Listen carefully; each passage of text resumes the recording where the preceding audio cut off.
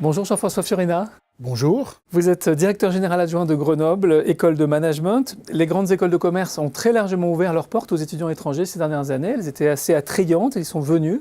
Sont-elles aujourd'hui toujours aussi bien placées dans cette grande compétition internationale? Alors oui, elles sont très présentes à l'international, puis on va dire même sur trois dimensions, à la fois sur leur activité, dans la salle de classe et dans les contenus.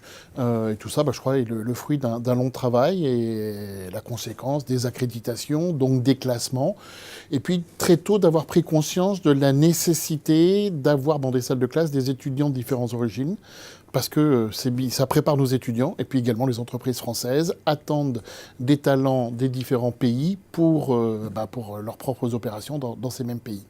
Alors, elles doivent aussi continuer et elles sont peut-être menacées par les changements du monde. Aujourd'hui, on prend les habitants de l'Inde et de la Chine, c'est presque 35% et plus de la population mondiale. Et c'est là que ça risque de se passer dans les prochaines années. Est-ce que des écoles françaises sont bien placées face à cette concurrence asiatique? Alors effectivement, il y a une concurrence internationale qui est de plus en plus forte, avec un basculement géopolitique important vers l'Asie. Alors à la fois, vous l'avez mentionné d'un point de vue effectif, avec de plus en plus d'étudiants dans ces pays. On sait que dans ces pays, faire des études est un élément d'ascension sociale, d'aspiration. C'est également qu'il y a des politiques volontaristes.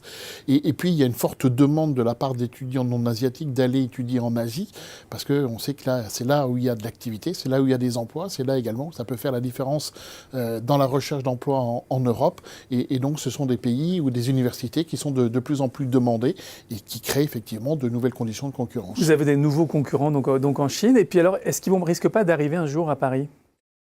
Oui, sans aucun problème. Je le dis souvent, en fait, dans l'enseignement supérieur, la Chine a la même stratégie que pour l'ensemble des secteurs d'activité.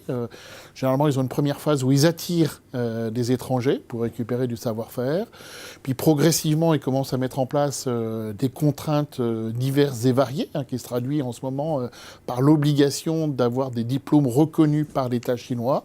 Et puis eux commencent même à s'enhardir en dehors de leurs frontières. Et donc, je ne serais pas surpris que des business schools chinoises s'implantent en Europe dans les années à venir. Peut-être une petite précision utile pour bien marquer cette évolution. Dans l'accréditation EQUIS, qui est l'une des plus reconnues et les plus exigeantes au monde, la Chine est le deuxième pays représenté après la Grande-Bretagne et devant la France, parce que là également, ça s'accompagne pour ces universités ou institutions chinoises par une montée en gamme importante.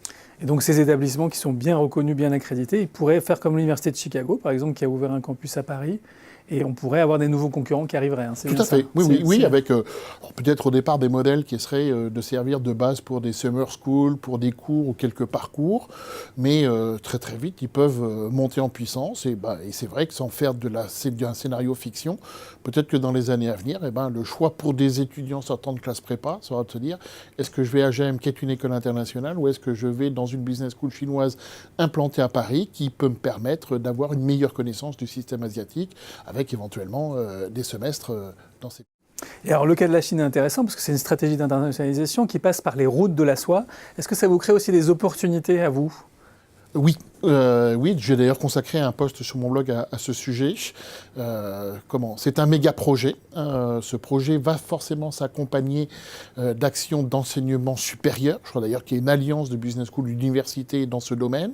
Et pour nous, alors c'est une opportunité, une première opportunité, parce que les entreprises françaises, à un moment donné, devront ou pourront participer à des projets de route de la soie.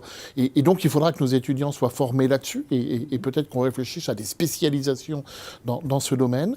C'est également pour nos chercheurs des terrains d'expérimentation et de recherche conséquents, parce qu'on voit bien que le projet est fantastique.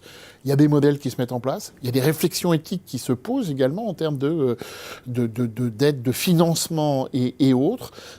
Donc là aussi, oui, besoin d'avoir de la recherche et d'apporter des réponses, pas forcément pour des entreprises chinoises, mais pour des entreprises françaises, parce qu'encore une fois, la Chine est un petit peu en train de redessiner le monde et de mettre en place cette stratégie de leadership économique.